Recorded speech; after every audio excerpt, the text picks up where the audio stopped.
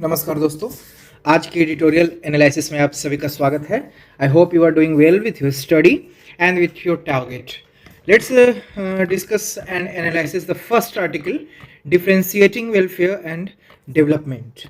सो इसमें पहले पूरी आर्टिकल्स को आप लोग लाइन बाय लाइन जा करके पढ़ लीजिए। अगर आप इस लेक्चर का एवरीडे फायदा उठाना चाहते हैं तो पूरी एडिटोरियल को एक बार बस रीड कर लीजिए। उसके बाद हम लोग बिल्कुल ग्राफिक तरीके से पूरे चैप्टर को पढ़ेंगे, इवन कि जितने आर्टिकल्स हैं सारे को डिकोड करेंगे। कोई भी लाइन इसमें ब्रेक नहीं होगा, मिस नहीं होगा। आपको ऐसा लगेगा नहीं कि आपने न्यूज़पेपर नहीं पढ़ा है। कोई क्रिस्प टाइप का यहाँ पे हम लोग देने की बात शुरुआती दौर पे नहीं करेंगे। और जब एक बार पूरे चैप्टर को पढ़ लेंगे तो इस तरीके से एक फ्लो चार्ट के थ्रू आपको पूरा एडिटोरियल का लास्ट में समराइज किया जाएगा, जो प्रीलिम्स और कीवर्ड और मेंस कीवर्ड को आपको बताया जाएगा। और साथ में लास्ट में एक 1 पेज माइंड मैप समरी दिया जाएगा, जो कि आपके लिए रिवीजन, फ्रीक्वेंट रिवीजन जो होता है उसके लिए जरूरी होगा।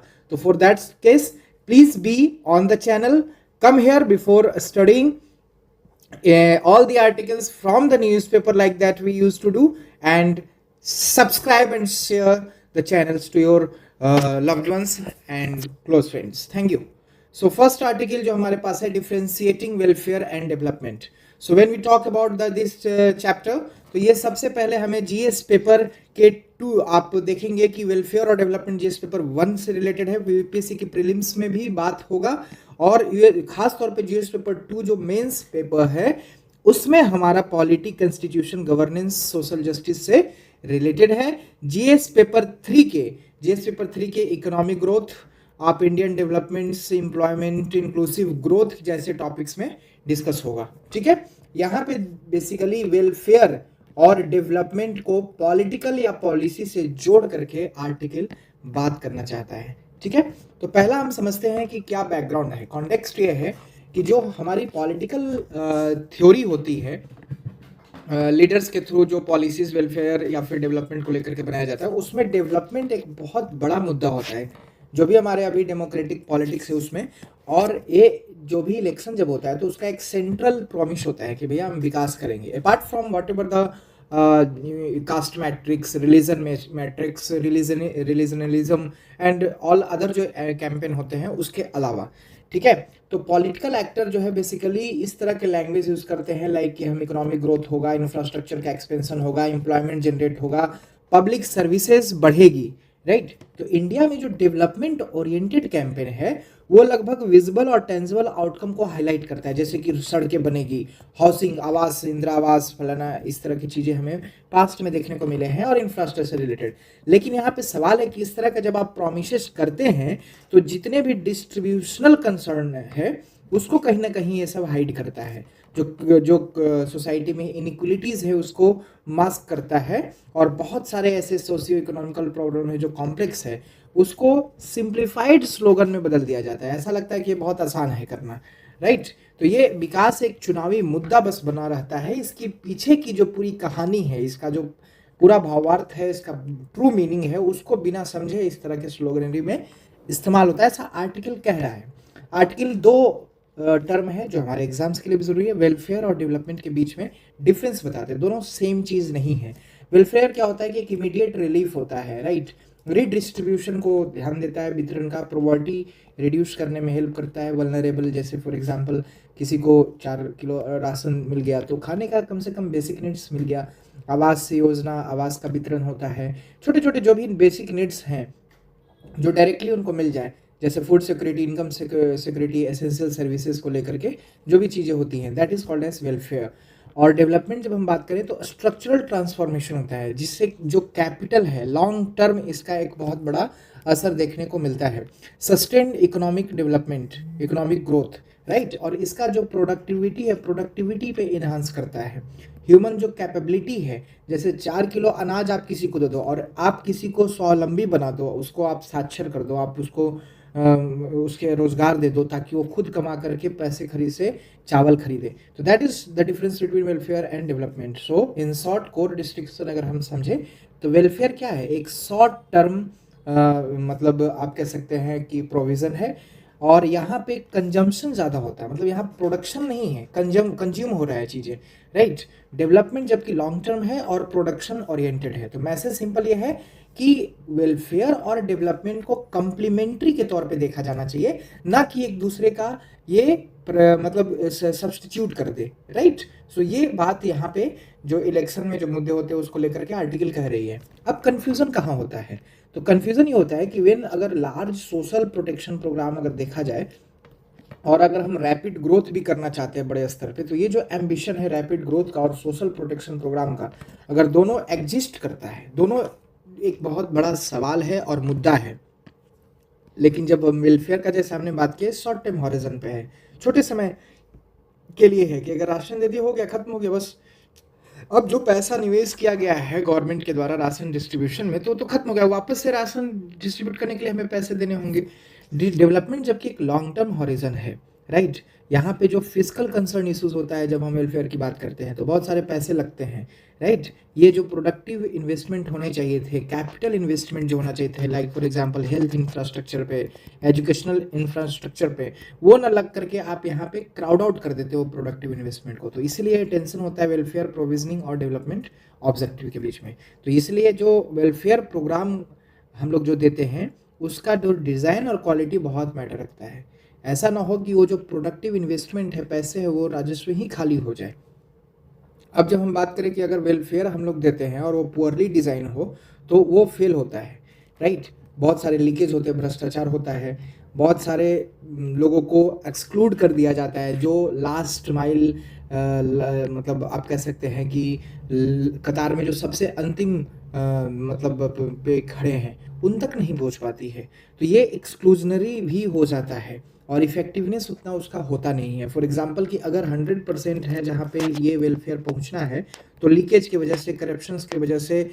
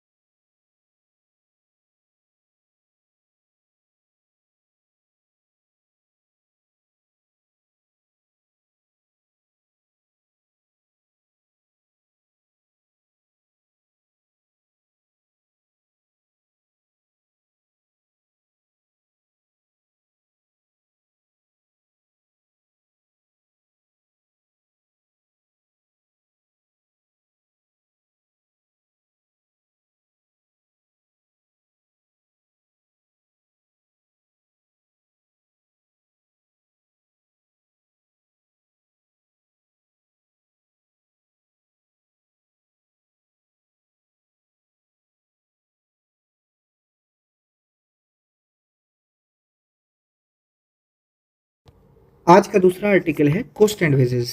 जो नोएडा में हमें प्रोटेस्ट देखने को मिला है, वहाँ पे एक्चुअली मुद्दा जो वेजेस को लेकर के है, जिसमें वेजेस हाइक भी किए गए हैं 21% आफ्टर द इमीडिएट मतलब एक्शन।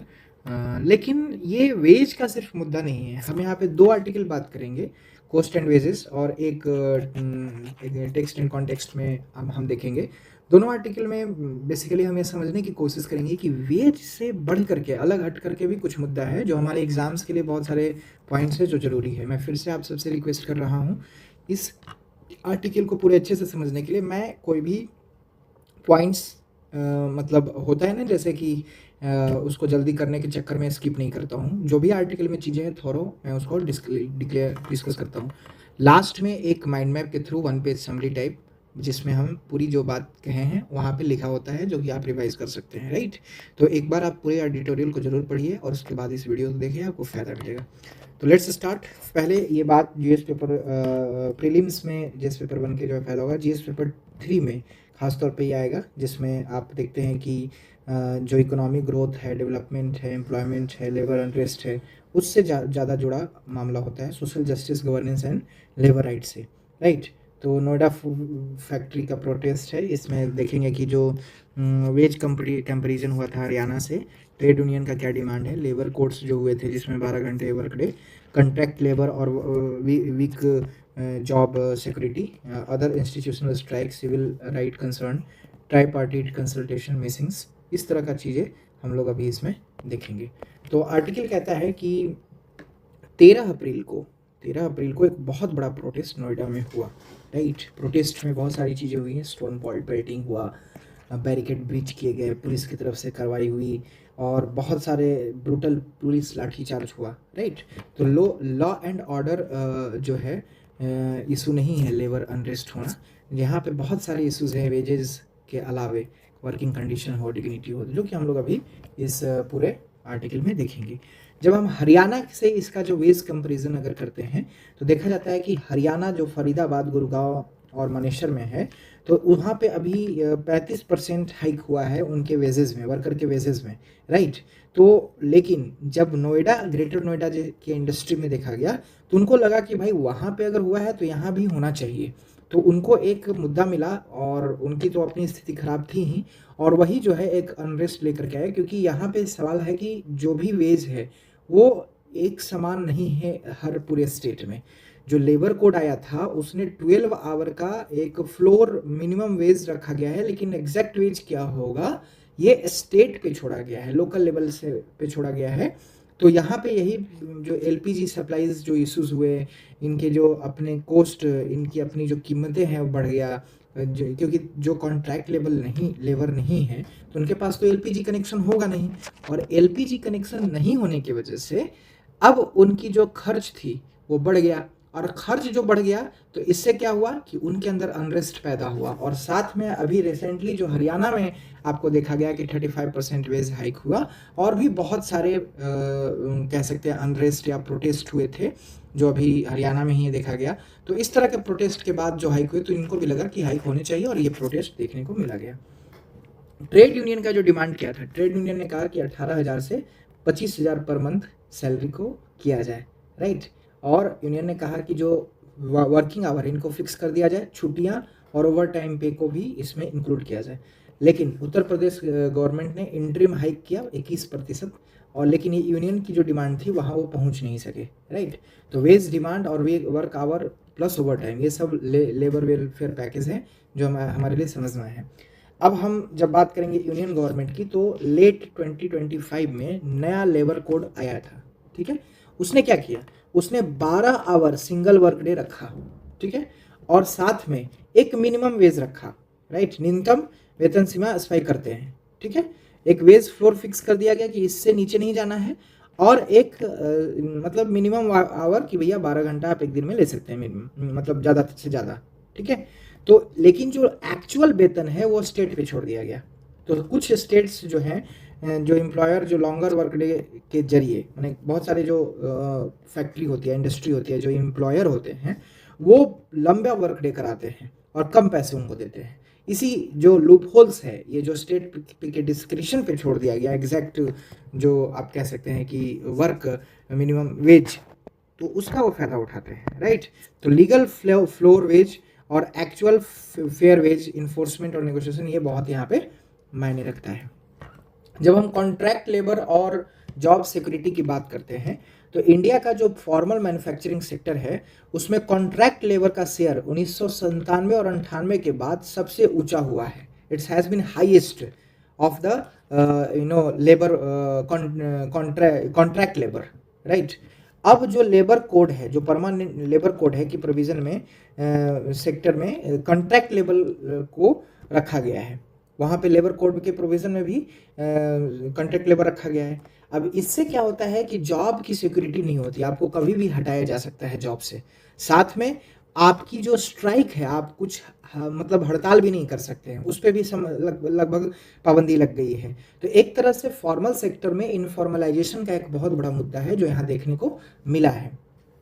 जब हम रिसेंटली जो बहुत सारे क्राइसिस हुए हैं ग्लोबल प्लेटफॉर्म पे या फिर इकोनॉमी लेवल पे, वो वर्ल्ड में एक्सटर्नल फैक्टर जो कह सकते हैं, जैसे फॉर एग्जांपल कि जो फूड प्राइसेस बढ़े हैं वेस्ट एशिया क्राइसिस की वजह से, एलपीजी क्राइसिस में बढ़ने की वजह से, यहाँ पे बेसिकली उनके जो मंथली इनकम है उसका एक बहुत बड़ा हिस्सा कुकिंग कॉस्ट में जाता है, जैसे हमने बताया।